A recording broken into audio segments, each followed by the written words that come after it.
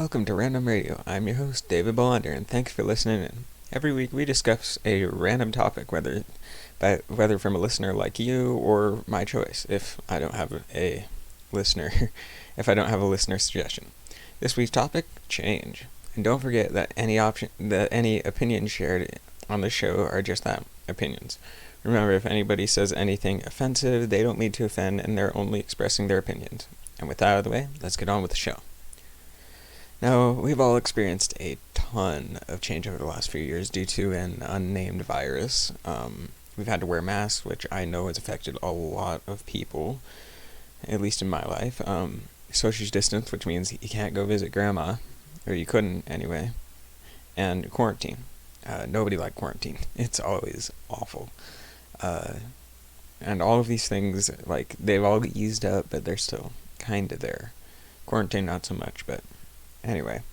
A bunch of unnamed parties have also actually been taking a stand on some of their topics. They've been making it a lot more pronounced. I don't know about you, but I'm ready for all of this to end. I'm sick of it. Is that just me? Is that just me?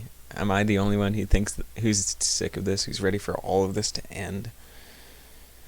I don't know. Anyway, change has been super prevalent in everybody's life up to this point. I don't know a single person who hasn't experienced change at this point.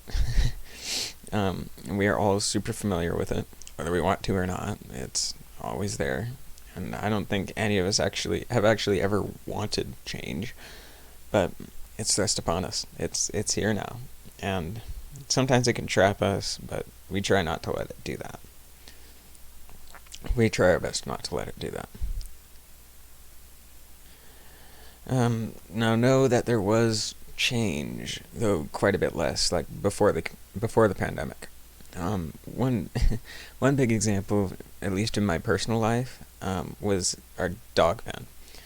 So in the house we're living in right now, when we bought it, it came with a pallet dog pen or dog fence, whatever you want to call it. And which actually started up at the front of the front yard and wrapped all the way around the exterior of the house into the backyard, right? And so we thought, oh cool, we'll just put our dogs in there. Now we have two black labs, right? Willow and Coda. And we discovered that they like to dig, which made my stepmom very, very mad because she said that they were just absolutely ruining her front yard. So she tasked me and my dad with the task of tearing up this old dog pen, and moving it into the backyard entirely, which severely reduced the size of it. We spent maybe 2 weeks on this, right? 2 weeks on this of just mostly work on this project. It was annoying, but we got it done, and it took a while, and we had to fill in all the holes and everything. My stepmom helped out a little bit, and my sister helped out a little bit, but anyway, on with the story. Basically, come about 2 years later, we're moving the Billy Barns, which we have. And if you don't know what a Billy Barn is, it's basically just a small little shed, typically attached to skis, because we live in Idaho and there's snow half the time. So we decided to move those, right? Because they were a little bit close to the house, and my stepmom wanted the backyard to be completely open and full and everything.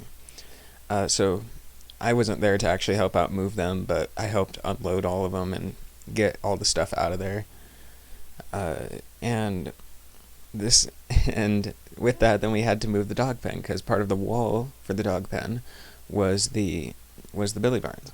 So we had to tear up the dog pen that we had built just 2 years earlier and rebuild it farther back in the backyard, right next to the Billy, where the Billy Barns now were. I was really mad about this, just because I was like, well, we just worked on this 2 years ago. We spent 2 weeks of just full working on this, and now you're saying that's worth nothing.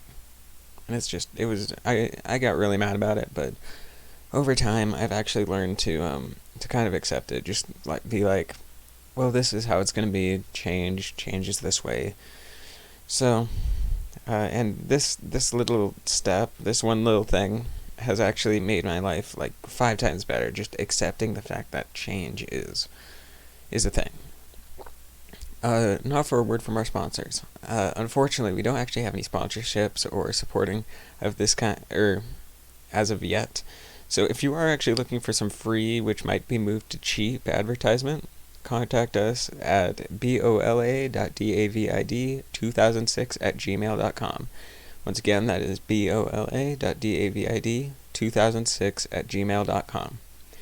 And how this works is we are going to give any, or we're going to put any message, or nearly any message, don't do anything super terrible, into these commercial portions of our show. And all you have to do is send it to us, and possibly with a little bit of money at some point. I'm not looking for that currently, so we'll see. But anyway, we are accepting this kind of sponsorship and would really, really appreciate the support. And anyway, back to talking about change. As we've discussed, change is a big portion of our lives, right? It's always there, and it can be very difficult to accept, but we really have to if we want to progress in our lives. Otherwise, we're just going to be holding on to it, and it's going to be terrible, and it's just going to make our lives awful. And it'll always be there, always part of it, and that is something that will not change, which is funny. But some amazing things have been forged in change, right? It's just some things have been beautifully forged. Like, for example, the American Revolution. The American settlers wanted a change. They wanted what they saw as oppression from Britain to stop, right? And so what they decided to do was rise up and change it, make a change, fix it. And you might be saying, well, but they had a choice in whether they wanted to change things, right? Well, think about the Loyalists, the people who are still loyal to Britain. They didn't really have much of a choice because the revolution was really taking hold. Once the revolution was really taking hold, they had to make a choice, which really changed their lifestyles because they had probably been living there for quite a bit of their lives. And they had to make a change. They had to choose either to stay with the revolution and fight the Revolutionary War, or they had to go and leave for Britain, which is probably a place that some of them had never been. Yeah, and this change was just forced upon them, and I'm not saying that I feel awful for the Loyalists or anything, but I'm just saying they had to experience change too, and don't ignore them. Now, a much less beautiful thing would be the French Revolution. Quite a bit of the commoners of, I think, Paris, I can't completely remember, they wanted a change, right? They wanted the oppression from, I believe, King Louis the 14th or the 16th or something or other like that. They wanted it to stop. So they decided to make a change and rise up like the Americans. They did it a lot worse. They did it a lot more gruesome, but they did it and they made a change. But note that not everybody wanted this. Like, for example, there's a random farmer out in the middle of nowhere. Because King Louis was also trying to restrain and punish the revolutionaries. So what he did is I'm pretty sure that he put out new taxes towards the French, his French people. So what he did, so say that you're a farmer out in the middle of nowhere, you've only heard of the revolution for maybe, it's like been a rumor, just out in the middle of nowhere, like, it's probably not going to take hold anywhere. And then suddenly your taxes rise by like 60%, right? Suddenly your taxes go straight up, and you get mad about it, right? But they had to accept this change, they had to accept this change, and they had to either go fight in the revolution or stay with their lives, keep doing what they were doing and try to ignore it. And most of this change that was being put towards them was negative, sadly. But anyway, like these people in history, then we can actually either choose to cause our own change, whether good or bad, or we can make the best out of the change that is put onto us. Either way, we need to make the best of our situation, no matter how terrible, no matter how bleak it might be, or it might seem. We need to keep looking forward and just hope and pray that things will get better, or else we're not going to get, or else our lives are just going to be miserable.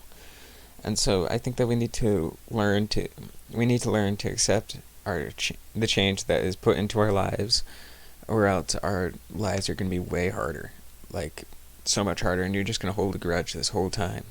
And trying to resist or sidestep change, it's futile. You're never going to get it.